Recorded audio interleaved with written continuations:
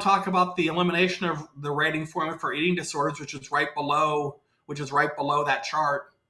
I know before we started. Yeah, let's do that. Yeah, thanks. Yeah, that was what I was having problems with. All right, so we'll throw that on the screen here. And yeah, so give us a little breakdown of the eating disorders, why they were in with mental health, and what's going to happen to them.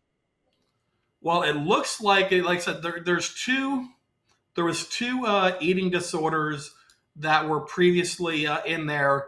Anorexia nervosa and then bulimia nervosa under diagnostic codes 9520 and 9521. Those were the two, and they had the rating formula, for that, and it had to do with weight loss and everything else, and binge eating. So you had those sort of things that were involved as far as the rating schedule goes. Now it looks like when we read through this, it does look like that where they're going with this, as previous noted, current 4.130 includes two separate formulas for mental disorders. So you have the general rating formula for mental, and then the rating formula for eating.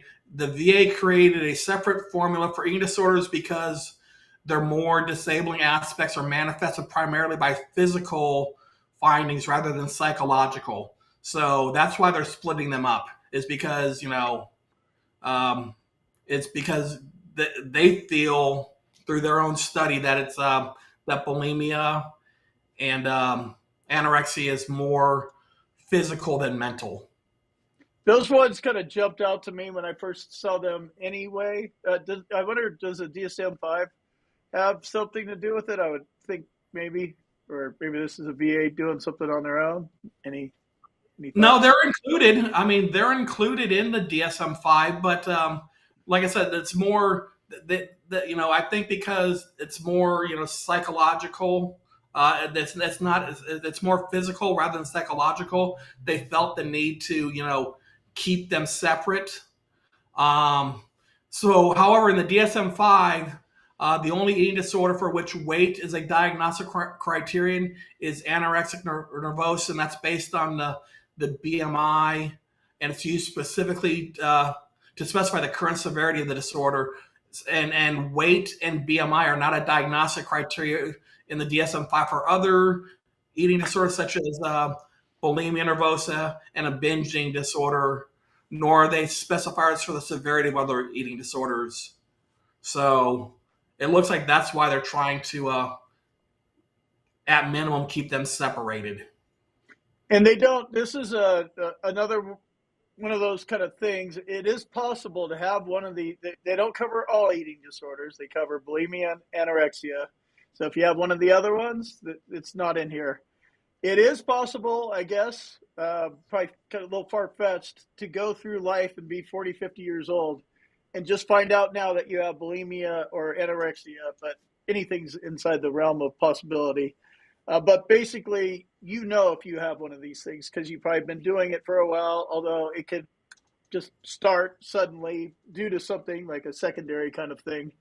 But you probably know if you have this. So if you don't, like I have no problems with anorexia or bulimia. So this is one I would, okay, don't have that. Move on to the next thing on the DBQ, or, what else do I have? Here's an important point to raise. And it says based on this is in that second paragraph toward the middle of it. It says based on. Let me get to there. So second paragraph. So is it under the elimination of rating formula? Second paragraph. Yes.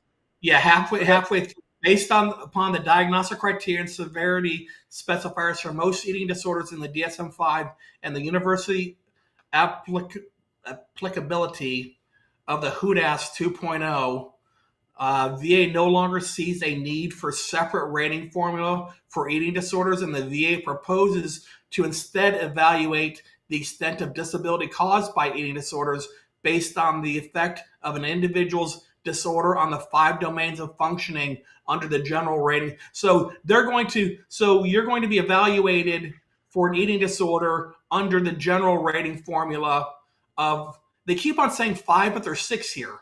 I think that's just a fuck up or a typo because there's 6 specific. I see that too. Yeah. They keep on saying 5. But so now your eating disorder is going to be evaluated under cognition, how your eating disorder, how your interpersonal, how your interpersonal interactions and relationships deal with, how they contribute to your eating disorder, how your task completion like activities contribute to your eating disorder, how navigating environments contributes to it, how self-care contributes to it. So your eating disorders are going to be a part of a part of how these domains for mental health impact those disorders, and you'll be evaluated in the same way. You know what this kind of sounds like or reminds me of, or something smells like bullshit? TBI symptoms and mental health symptoms, if they're pulled apart and clear, you could get ratings for both, specifically like a 70% for TBI and a 70% for mental health. But the way that's currently set up, you usually just get 70% for both of them. It kind of seems like they're kind of doing a combo thing here, designed to pay veterans less, if I'm kind of reading this right. What do you think? Um, it's possible, but there's not a whole lot of over. I mean, Yeah, you're right. We're not doctors here, but yeah, I'm with you. The overlap, yeah, not there. and the the WHODAS 2.0 is your World Health Organization Disability Assessment Schedule. If anyone was wondering what the fuck the WHODAS was. I actually didn't wonder until that whole bug thing happened a couple of years ago. I was like, oh, okay. I didn't even know. Yeah, should know all my acronyms and government agencies, but now I know who they are. So, what's the DAS part? World Health Organization, is DAS like database or something? No, it's a Disability Assessment Schedule. Oh, okay, gotcha. Cool. So it's almost like the World Health Organization's ICD codes. Okay, that makes sense.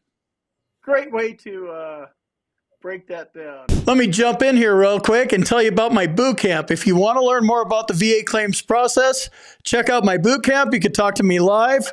There's a link on the website and in the description, combatcraig.com.